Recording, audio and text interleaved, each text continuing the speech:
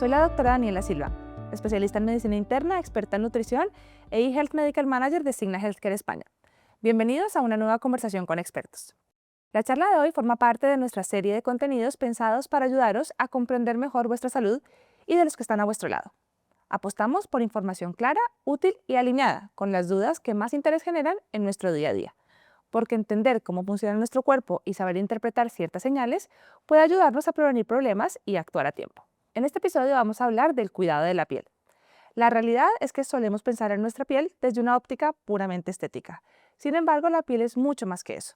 De hecho, la piel es el órgano más extenso de nuestro cuerpo y cumple funciones esenciales. Nos protege frente a agentes externos, participa en la regulación de la temperatura corporal y también actúa como barrera frente a infecciones y agresiones ambientales. Por eso, cuidarla no responde solo a una cuestión estética, sino también de salud.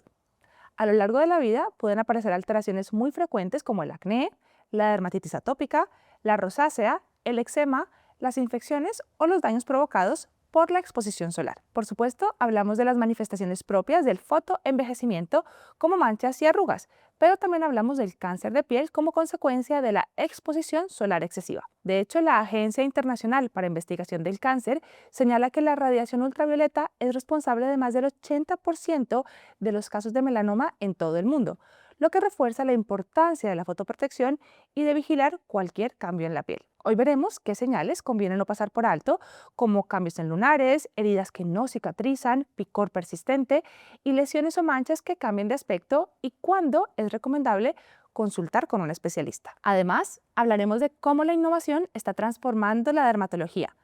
¿Puede ayudarnos la tecnología a cuidar mejor la piel sin sustituir el valor de la consulta médica? La inteligencia artificial ya se utiliza como apoyo en el análisis de imágenes cutáneas, en el seguimiento de lesiones y en la mejora de la predicción diagnóstica, siempre como herramienta complementaria al criterio clínico del profesional sanitario. Hoy profundizaremos más en este aspecto, que promete ser un elemento clave en la accesibilidad y la atención temprana. Y por supuesto, hablaremos de hábitos cotidianos que ayudan a proteger la piel, como una higiene adecuada, una buena hidratación, utilizar protección solar durante todo el año y llevar a cabo rutinas sencillas adaptadas a cada tipo de piel y etapa vital. Si alguna vez te has preguntado cómo cuidar mejor tu piel, qué señales no deberías ignorar o cómo la tecnología está cambiando la forma en la que abordamos la salud cutánea, este episodio es para ti. Bienvenidos. Para hablar de todo ello, hoy nos acompaña Lorea Bagasgoitia, dermatóloga, autora del libro Lo que dice la ciencia sobre el cuidado de la piel y referente en divulgación sobre salud cutánea. Con su experiencia resolveremos dudas frecuentes y repasaremos recomendaciones prácticas para cuidar la piel de forma rigurosa y realista. Lorea, muchísimas gracias por estar hoy con nosotros. Estamos encantados de poder hablar nuevamente sobre el cuidado de la piel. Lo hemos hecho en ocasiones anteriores, pero bueno, creo que es un tema que siempre viene bien profundizar, detallar, no solamente en mujeres, sino también en hombres. Así que bueno, muchísimas gracias por estar hoy aquí. Gracias a vosotros por la invitación. Lo principal es empezar por lo básico. Vamos a hablar sobre los hábitos de limpieza. Entonces, si te parece, arranquemos por ahí. ¿Cuáles son los hábitos básicos que deberíamos tener para cuidar nuestra piel? Bien, bueno, una piel sana, independientemente de limpieza o no, tú como internista lo sabes, ¿no? Al final es el reflejo de un cuerpo sano. Entonces, la base es llevar vida sana en general, ejercicio físico, alimentación equilibrada, y eso se refleja en nuestra piel. A partir de ahí, ya, para cuidarla, tampoco es que haya que hacer demasiadas cosas. En realidad, una higiene básica, ¿vale? Según las circunstancias, más o menos profunda.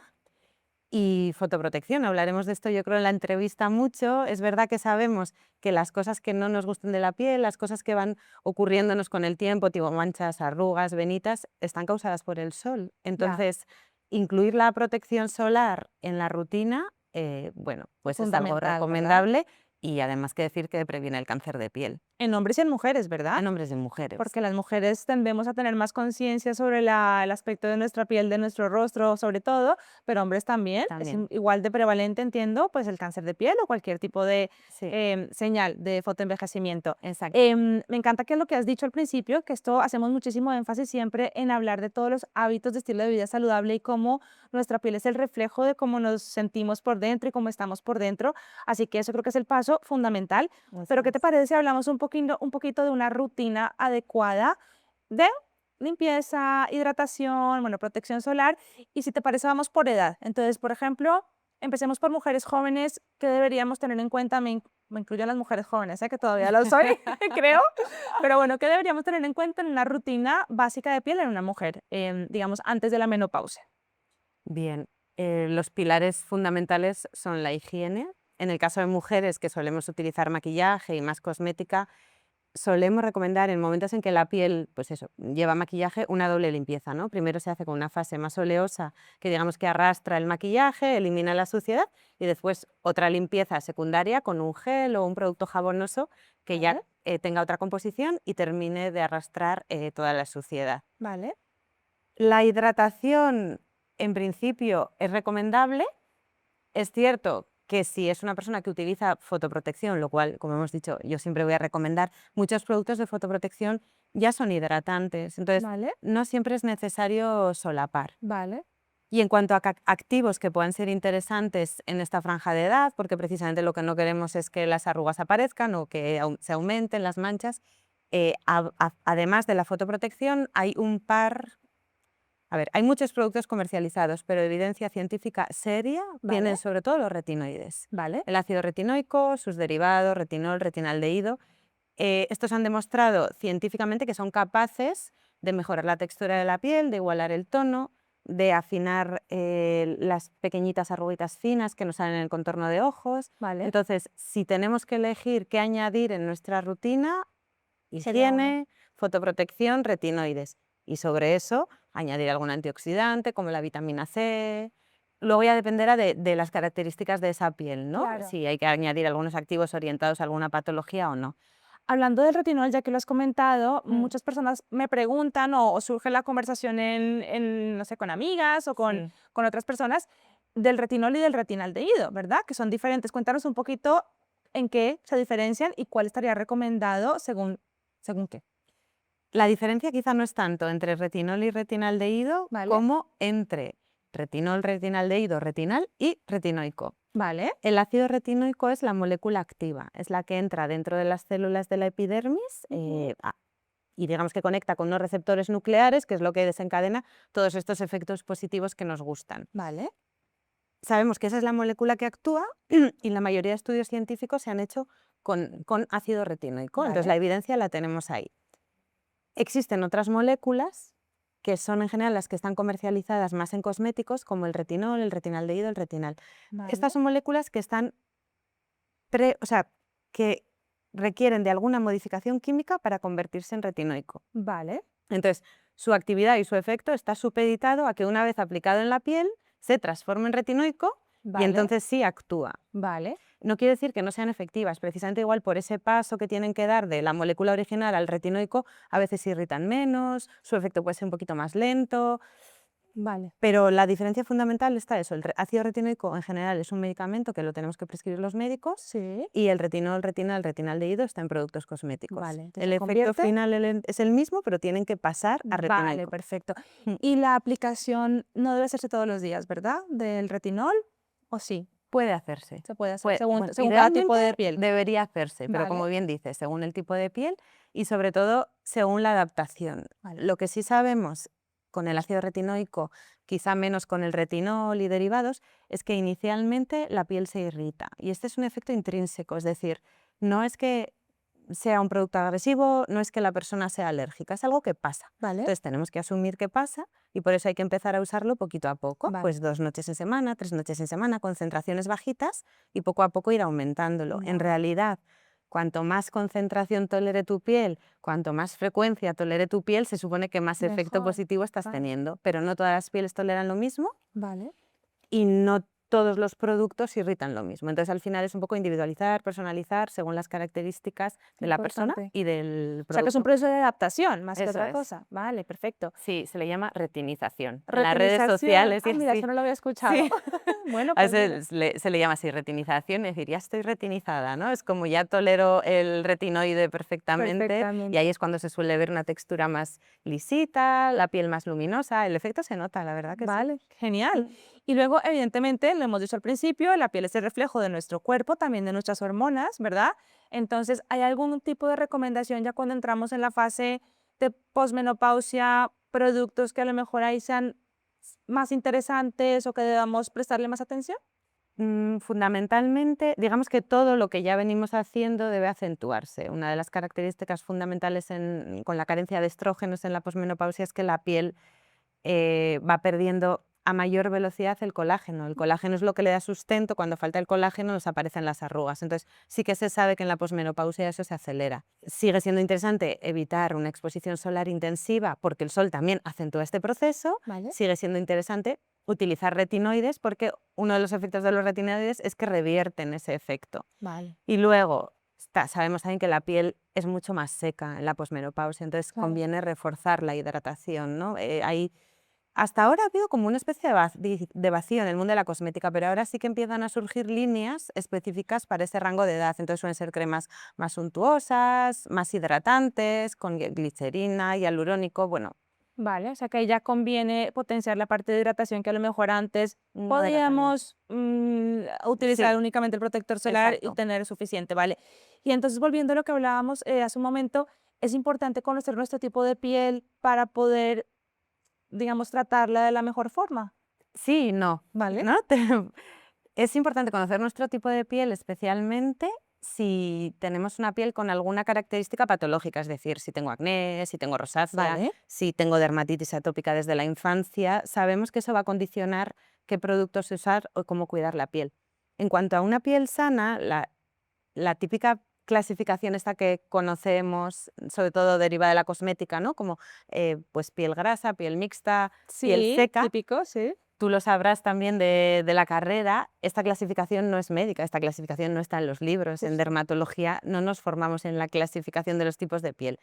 Es una clasificación que se ha desarrollado sobre todo por la industria cosmética y que permite de alguna manera orientar los productos a usar, pero sobre todo según la percepción personal, porque no existe una piel puramente grasa ni una piel puramente seca. Ya. En general en nuestro rostro hay zonas, las centrales tienen una producción sebácea mayor, entonces esa zona es más grasa Ujú. y las zonas periféricas son menos. Entonces, sí es bueno conocer a qué cosméticos, digamos, que nos tenemos que dirigir, pero que no es una clasificación puramente médica. Nosotros Claro. en la consulta, igual a ti también te pasa, hay gente que viene y me dice, quiero que me digas qué tipo de piel tengo, ¿no? Como si hubiera una clasificación Sí, sí, académica. sí.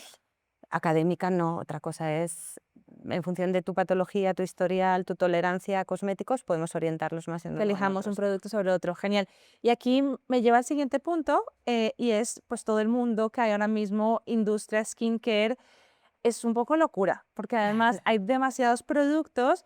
Yo creo que está muy bien entender que la rutina no tiene que ser súper compleja y yo creo que ese es el mensaje también que nos gustaría transmitirle a nuestras y a nuestros asegurados, cómo poder filtrar esa información y hasta qué punto realmente esta industria nos quiere a lo mejor vender más de lo que realmente necesitamos.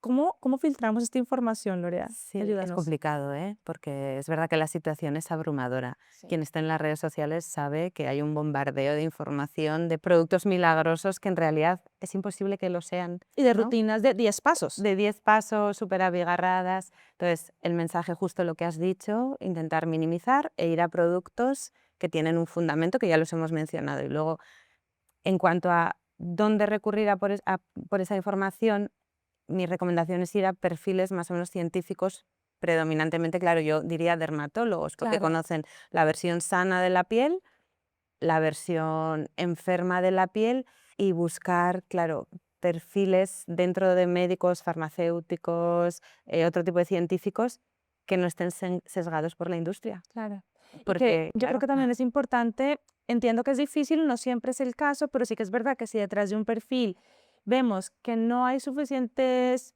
credenciales de estudios y además nos quieren vender algo, ahí empezamos a dudar, dudar, ¿verdad? dudar. Vale. Bueno, Sí, vamos a volver un poquito al tema del protector solar, que es tan importante vale. porque creo que, como tú lo has dicho, previene el cáncer de piel, previene el fotoenvejecimiento, es un aliado fundamental a lo largo de nuestra vida.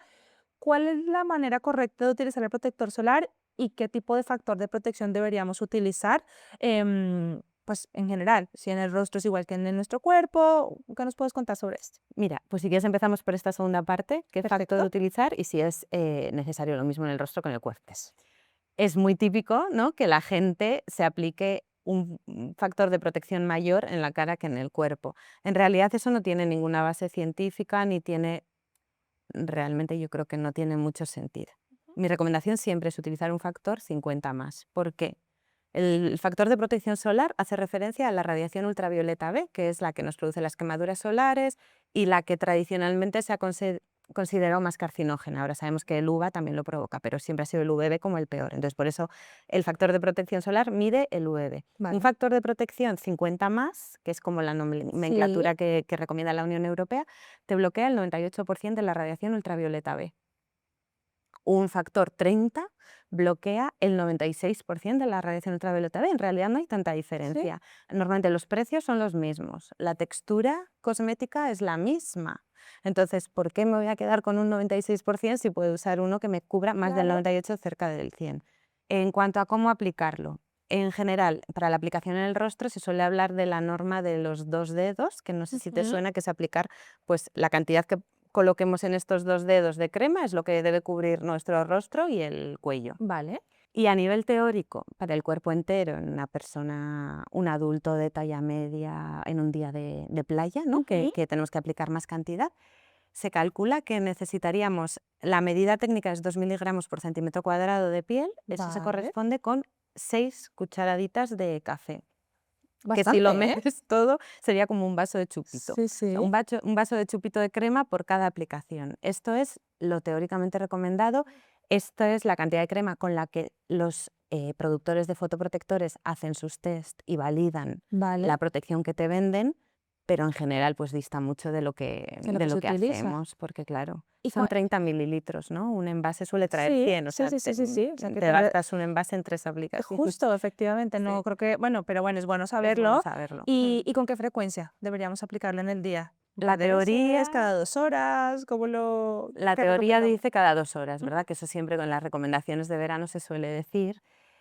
Esa es un poco la teoría por lo mismo, porque el fabricante del fotoprotector te garantiza un poco ese nivel de protección durante ese periodo. Vale. Pasadas las 2 horas, por supuesto que sigue protegiendo, probablemente menos. Si nos bañamos, si sudamos mucho, obviamente Claro. recomendamos siempre reaplicar, y en el día a día, bueno, en invierno, pues con una vez entiendo que es Suficiente. suficiente. Claro, claro. Un poco aplicar el sentido común. Bueno, y hablando también de la protección solar, siguiendo al siguiente tema que tiene que ver con esto, cuéntanos qué evidencia hay detrás de la controversia sobre el uso de protector solar y la posible deficiencia o problema para la producción de vitamina D en nuestra piel. Cuéntanos un poquito sobre eso. Este es un tema, Temazo, ¿verdad? ¿verdad? Controvertido.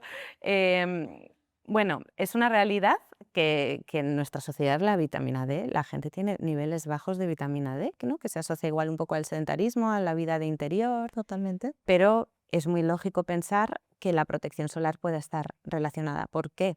Vamos a explicarlo un poco a nivel fisiológico. La vitamina D puede venir de la dieta, Ujú. pero en realidad de la dieta tomamos muy poquita. La mayoría de vitamina D se produce en la piel. Correcto. En la piel tenemos previtamina D y cuando le da la radiación solar se convierte en otra molécula más activa que pasa por el hígado, el riñón y ya ejerce sus efectos. Eso es. Entonces Ujú. lo necesitamos. Lo realmente impactante es que la radiación que favorece esa reacción química es justamente la misma que hemos dicho antes. Como te he dicho que el ultravioleta B es el que claramente más influencia tiene en el cáncer de piel, pues Sí. justo es esa misma radiación La que necesitamos. la que necesitamos.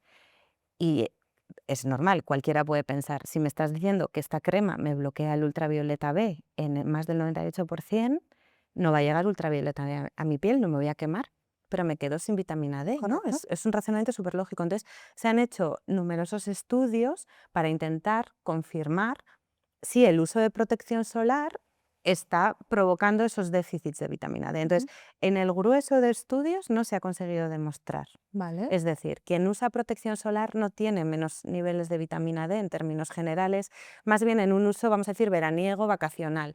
¿Y por qué? Porque nadie se aplica la fotoprotección bien, ¿no? Claro. En realidad, con estas medidas que hemos dicho del vaso de chupito en cada aplicación 2 horas, eso no lo hace nadie. Correcto. Y para un humano de talla media en España, sabemos que la necesidad de sol para la producción diaria necesaria de vitamina D es de alrededor de 5 minutos el 25% de nuestra superficie corporal. Correcto. Entonces, en un día de verano que vas con pantalones cortos, que estás en la Más playa, de sobra, vamos. claro, aunque te pongas crema, aunque te va a dar suficiente sol para eso. Entonces, posiblemente por eso esos estudios no encuentran esa asociación. Sí es cierto que un estudio más reciente realizado en Australia, que sabes que ahí están Sí. muy concienciados con el tema de protección solar, han hecho un poco el mismo tipo de trabajo en personas rigurosas, rigurosísimas, de protección solar todos los días, sombrero, gente que ha tenido cáncer de piel muy concienciada, Sí. y en esos casos de un cumplimiento riguroso, sí que se ve que la vitamina D está un poquito más baja. Vale. Entonces, creo que depende un poquito del contexto, pero que si está baja, se puede suplementar, especialmente si está baja en una persona que lo está haciendo porque ha tenido un cáncer de piel, tiene sentido que se proteja y se suplemente la vitamina D. Creo que el mensaje es clarísimo y es un poco sopesar el riesgo-beneficio y está claro que el uso de protector solar nos va a dar muchísimo más beneficio que riesgo y que en caso de que por algún motivo realmente tuviéramos que llegar a ese nivel de protección, digamos, tope recomendado por los productores de protector solar para poder cumplir con esas, digamos, promesas de protección, pues que siempre existe la suplementación, ¿no? Pero Exacto. realmente nos debemos quedar tranquilos que si lo utilizamos de una manera, digamos, con un poquito de sentido común, como lo Eso has dicho, es. no deberíamos tener ningún problema. Y Sí. luego en el invierno y en el otoño, cuando empezamos a pasar más tiempo en espacios cerrados, pues al final es que el protector solar de nuestro rostro, así no nos lo apliquemos, tampoco nos va a producir la suficiente vitamina D porque no tenemos el 25% de nuestra De nuestro superficie cuerpo corporal expuesto. expuesta, ¿verdad? Así Mm. que, pues esa parte ha quedado clarísima. Vámonos a hablar un poquito de patología de la piel, de enfermedades Vale. de la piel. Entonces, cuéntanos un poquito, Lorea, cuáles son las enfermedades de la piel que más ves en la consulta y cómo pueden estar relacionadas con cada etapa vital. ¿Qué es lo que más ves?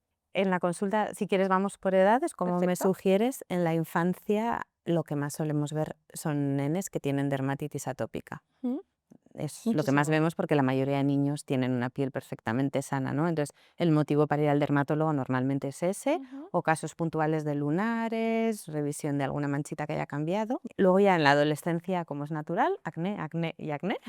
Hormonas volando. Eso es.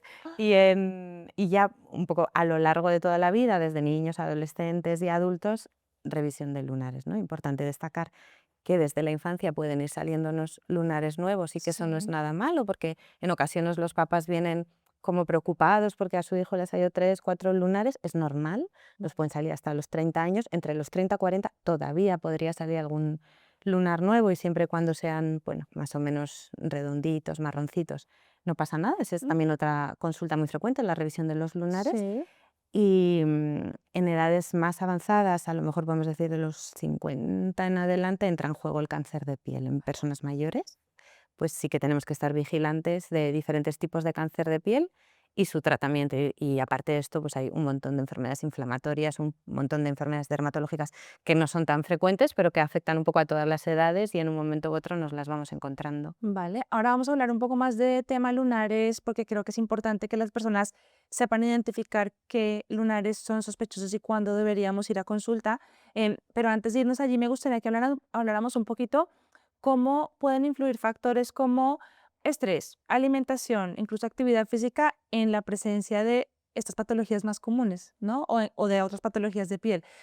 Porque hemos dicho otra vez, tenemos nuestra piel es el reflejo de nuestra salud, pero cómo se relaciona, a lo mejor si nos puedes dar algunos incluso ejemplos específicos, ese tipo de hábitos, costumbres de nuestro día a día en nuestra salud de la piel. Yo creo que hay dos aspectos que podemos destacar. Por una parte, en cuanto a enfermedades inflamatorias, empezando por el acné, la dermatitis, la psoriasis. Yo creo que cualquier persona con la que hables que tenga una condición dermatológica de cualquier tipo, sobre todo de estas que van como a brotes, Sí, tienen clarísimo que el estrés y que la total. vida desordenada pueden influir. Hay un eje ahí entre el cerebro y la piel que es indiscutible, Vale. ¿no? Eso como a nivel agudo.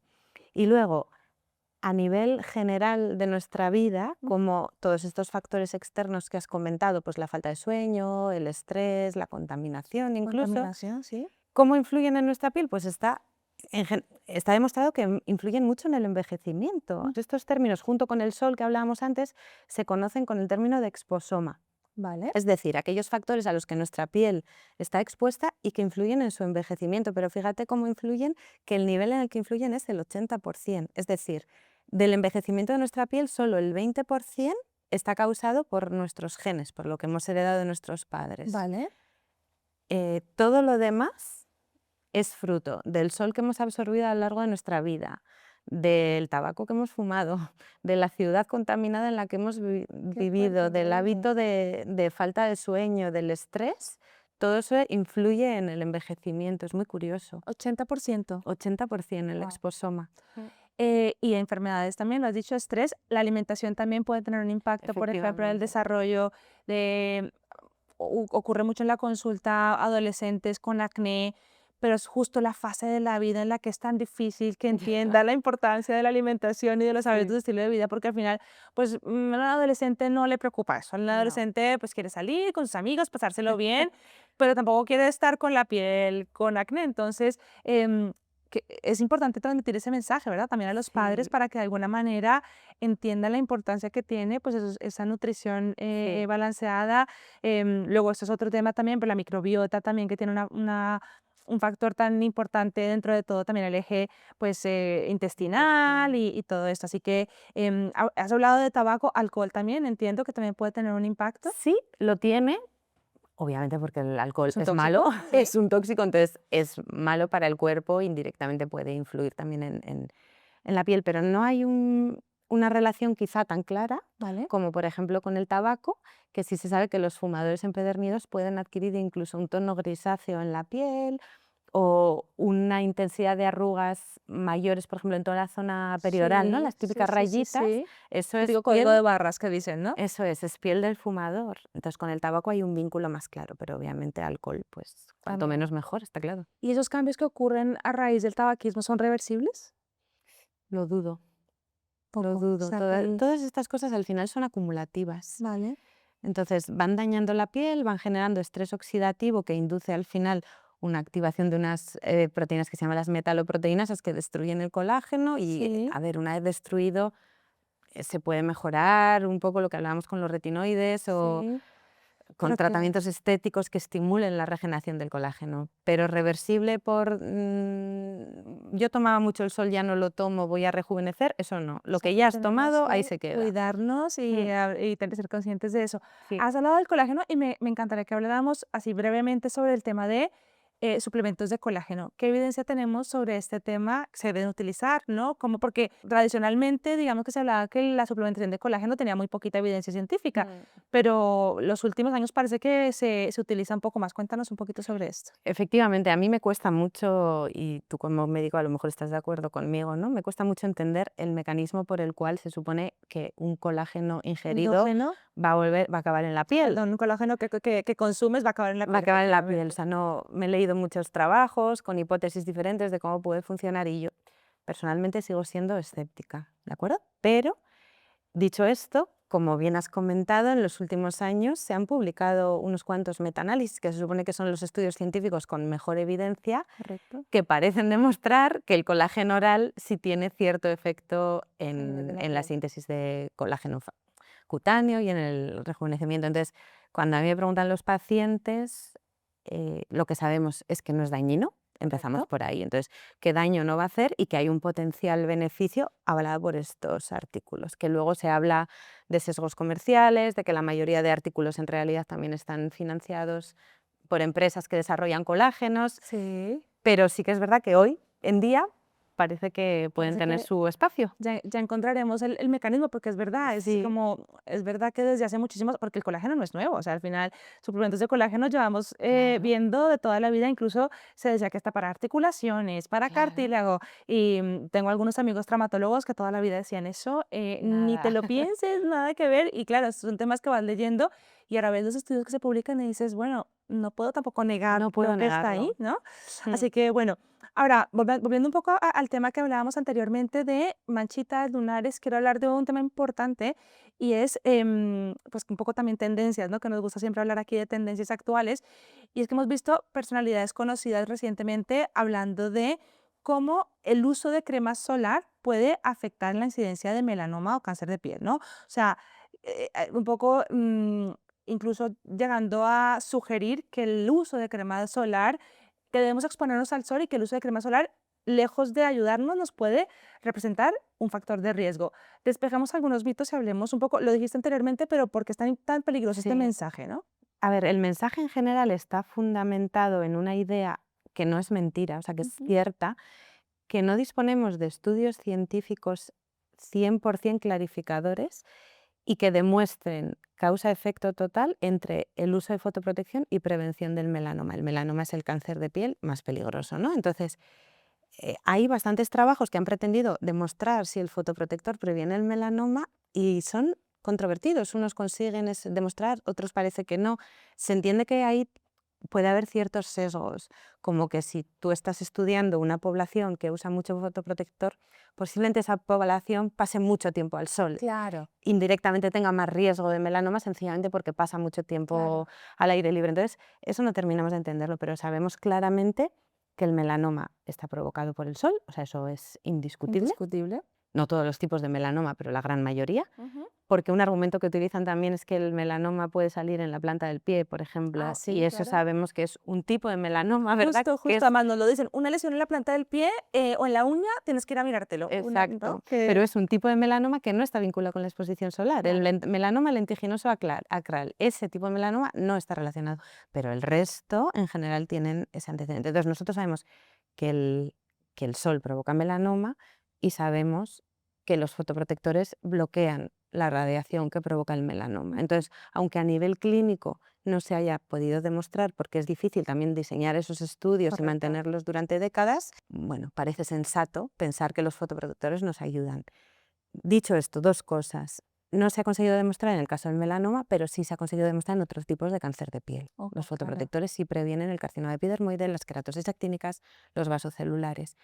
Y cuando hablamos de protección solar como medida para prevenir el melanoma, hablamos de cremas, pero es que la fotoprotección no es solo cremas. O sea, Correcto. las cremas son un complemento. Protegerte del sol y hacer una protección solar sensata es buscar la sombra, buscar las horas en que el sol no es tan intenso, ir con una sombrilla a la playa.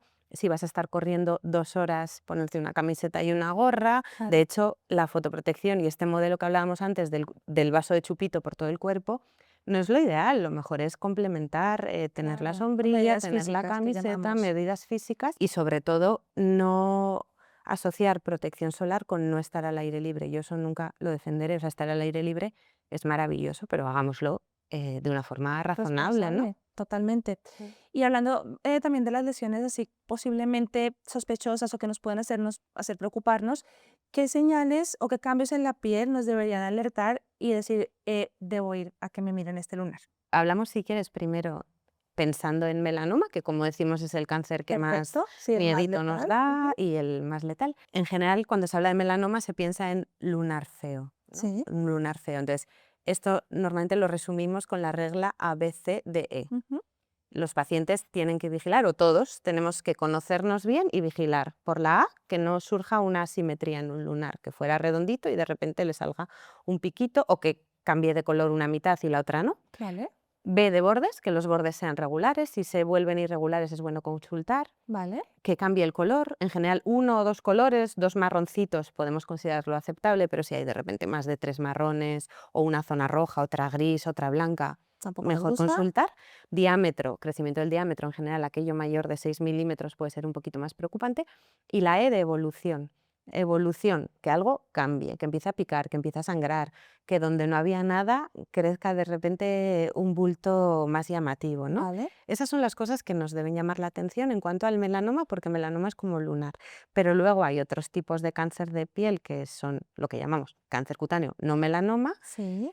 y ahí los signos de alarma serían cosas que cambian, una mancha que crece, una heridita que no cura, sobre todo una heridita que no cura, Esa es ¿verdad? clave, la heridita que no cura, porque la gente lo normaliza. Eso es. Y de repente, bueno, ¿qué tienes aquí? No, esto lo tengo, hace mucho tiempo, no sé, eso lo tengo ahí y ni idea, ¿no? Y ni idea, y no Entonces, cura. y no cura. Entonces, eso, importante. Sí, sí, porque el cuerpo humano sabe curar las heridas. Entonces, Justo. si no cierras y sigue sangrando, es que el funcionamiento natural de la piel no está funcionando y un motivo por el que no funciona es que sea patológico. Claro, claro, Mm, claro. ¿Y esto tiene un componente genético, el cáncer de piel? Sí, bueno, hay determinadas mutaciones que favorecen el desarrollo de melanomas, por eso en una persona cuyo padre o cuya madre ya tiene melanoma, pues tenemos que estar un poquito más atenta. Y luego la determinación genética tan sencilla como que si eres más blanco tienes más riesgo. Es Claro, así. Si tienes un número elevado de lunares, tienes más más riesgo. riesgo, correcto. Ahí ya de serie, digamos que vienes con más papeletas de tener un melanoma. Pues muy importante todo esto que nos has contado y creo que ha quedado súper claro para aquellas personas que nos están viendo, si tienen alguna lesión con estas características o una lesión que no cura, Sí, vamos a consultar, que es muy consultar. importante. Mm. Bueno, vamos a cambiar un poquito de tercio porque me Vale. gustaría que habláramos un poco sobre el tema tecnología, inteligencia artificial que nos está, no quiero decir gobernando, porque no nos está gobernando, creo que tenemos que saberlo gobernar nosotros como médicos, pero es verdad que está presente hoy en día en nuestro día a día y va a seguir estando presente durante el futuro. Creo que el resto yo creo que estamos Sí. viviendo una especie de revolución donde realmente empieza a jugar este papel importantísimo la inteligencia artificial y tenemos que saber utilizarla bien. Así que cuéntanos un poquito cómo se ha, en tu experiencia, en tu opinión también, cómo se ha ido incorporando la inteligencia artificial en la consulta de dermatología y qué beneficios y posibles desventajas nos puede otorgar. Bien, yo creo que hay diferentes dimensiones en que ha entrado la inteligencia artificial en la relación médico-paciente y en el desempeño de la medicina y de la dermatología, pero todas son bastante importantes. La más básica, que la comentábamos antes, es a nivel de usuario, a nivel de paciente, ChatGPT. Antes era doctor Google y ahora la gente consulta con ChatGPT y ChatGPT tiene un discurso que suena muy creíble y Sí, en muchos casos establece diagnósticos que a veces son acertados, pero a veces no. Entonces, bueno, normalmente ahí el médico lo que yo creo que tiene es el papel de validación. El paciente puede haber hecho su investigación en casa, pero luego en la consulta confirmamos si sí o correcto. si no, ¿no? En algunos casos se cumple, en otros no. Vale. Otra segunda dimensión en la que nos ha cambiado bastante, que en tu experiencia seguro que también es así, son las plataformas de inteligencia artificial para literatura científica. Es decir, Correcto. hay tal producción de literatura científica que es imposible que podamos estudiarnos todo, ¿no? Y estas nos ayudan a estudiar, nos hacen los esquemas, nos hagan los Sí, resúmenes y nos permiten actualizarnos mejor que mejor. totalmente, Entonces, ahí no nos gobierna, sino que nos viene muy bien para estudiar. totalmente. Otra dimensión, un poquito más peculiar, que yo sí he probado en la consulta un poco, son, algunas aplicaciones que nos ahorran, digamos, trabajo de redacción de historias clínicas. No sé si tú Sí, has sí, podido sí, probar totalmente. alguna. Sí, sí. A nosotros como médicos nos permite ahorrar tiempo, pero también creo que para el paciente es interesante el hecho de tener esa experiencia cara a cara con el médico, Eso, porque muchos pacientes dicen, bueno, es que yo voy al médico y la verdad es que está el 95% del tiempo mirando el ordenador y el 5% del tiempo me mira, ¿no? Y cuando sí. me explora ya es como atención premium, porque casi que no Totalmente. ocurre. Entonces creo que también es interesante eso, ¿no? Ver el doble beneficio en ese sentido. Eso es, eso es. Requiere, creo, un proceso de adaptación, Sí, pero para explicar un poco en qué consiste, son dispositivos que escuchan la conversación, ¿verdad? Y la redactan en lugar de que el médico tenga que estar eso redactándola. es. Algunos dispositivos incluso pueden fijar citas, crear recetas. Bueno, Sí, sí, entiendo sí. que van encauzados a facilitarnos el trabajo. Yo todavía tengo que adaptarme. Creo que Sí, tiene sus pros y sus contras, pero indudablemente es un cambio. Es un cambio. totalmente. Y la última, que quizá es la más relevante a nivel de trabajo específicamente dermatológico, pues son las aplicaciones o dispositivos basados en inteligencia artificial que puedan servir como respaldo al dermatólogo o al paciente, ¿no? Vale. Es verdad que surgen un montón de startups creando dispositivos y aplicaciones que puedan servir para diagnosticar la piel, pero la realidad es que en Europa hay solo 3 dispositivos que están aceptados. En Estados Unidos otros 3 son diferentes, de Vale. hecho. En Estados Unidos hay uno que se llama Dermasensor, que es una maquinita, un software que detecta las características de la piel bueno, lunares o lesiones Sí, sospechosas de cáncer y por un mecanismo que no tiene nada que ver ni con la dermatoscopia, ni con la luz, ni con la imagen fotográfica, puede discernir si tiene más riesgo o menos de ser maligna. vale. Y está validado y al parecer se usa. En Europa hay sistemas como uno que va de complementario al PhotoFinder, que es un dispositivo que posiblemente muchos oyentes conozcan, es un dispositivo para hacer dermatoscopia digital con el que los dermatólogos revisamos los lunares. Tradicionalmente ha sido una tecnología que requiere del conocimiento dermatológico Ujú. y a eso ahora se le añade otra capa de IA que aumenta pues la precisión. Es decir, yo con mi ojo veo si un lunar ha cambiado, pero el dispositivo también me dice que aquí ha habido tal, que ha habido tal, Claro. por un criterio diferente al mío. Vale. Entonces, bueno, como una segunda opinión, Complemento, ¿no? un complemento muy útil. Existe otra aplicación en el Reino Unido que la tienen implantada en el Sistema Nacional de Salud como de cribaje, o sea, sencillamente se toman imágenes de lesiones y da un valor aproximado del riesgo de esa lesión por si hay que mandarlo al dermatólogo o no. Entonces, para manejo de lista de esperas me parece una herramienta muy útil. Claro. Y la última validada en Europa es una aplicación que se llama Skin Vision y es parecido a esto que te he explicado del Reino Unido, pero para pacientes. Sencillamente hacerte una foto de un lunar o de una mancha y esa aplicación te dice ¿Con qué si debes ir. urgencia debes Exacto, acudir, no? eso Muy es. interesante. Ahora, yo creo que es revolucionario totalmente. Creo que también va a permitir, pues desde un punto de vista de gestión, lo que decías anteriormente, poder filtrar esas listas de espera, que yo creo que, bueno, vamos a ver si realmente tiene un impacto a nivel de diagnóstico de lesiones más tempranas. Y bueno, para los pacientes también creo que es importante que entiendan que puede haber algunas aplicaciones que les pueden ayudar, pero lo que has dicho al principio del uso de ChatGPT de forma indiscriminada, hay que tener cuidado porque lo que hablan de las famosas alucinaciones de ChatGPT son reales, existen y muchas veces se inventan las cifras e incluso las fuentes. O sea, tú muchas veces le retas, ¿no? Te saca a lo mejor una especie de justificación con porcentajes, con argumentos que parecen muy fiables y de repente le dices, bueno, dime por favor la fuente de donde sacaste esto y te dice, ay, perdona, es que no te lo tenía que haber dicho, es que me ha pasado ¿Qué ha pasado con alguna, eso? me ha pasado con otras herramientas de inteligencia artificial que ya uso varias, un poco probándole, ¿no? Y digo, dime por favor de dónde sacaba este porcentaje.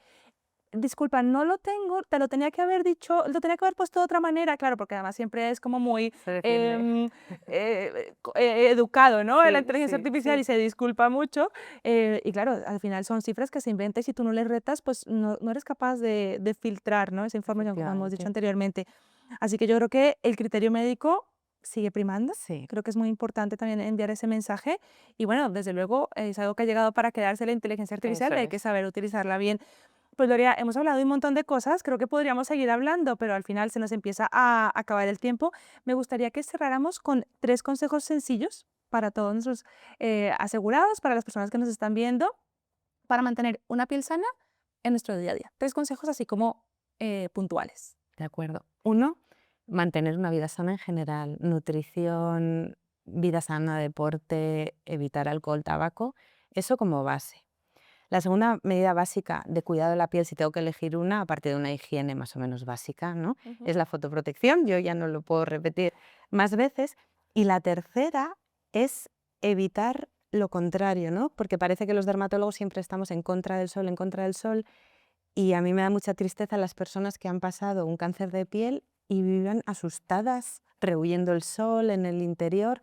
Sabemos que el sol ayuda para el ánimo, ayuda para la tensión, tiene un montón de beneficios. Entonces, el mensaje debe ser equilibrado. Protección solar para no tener arruguitas ni manchas, no queremos cáncer de piel, no queremos quemarnos, pero por favor podemos estar al aire libre con tranquilidad.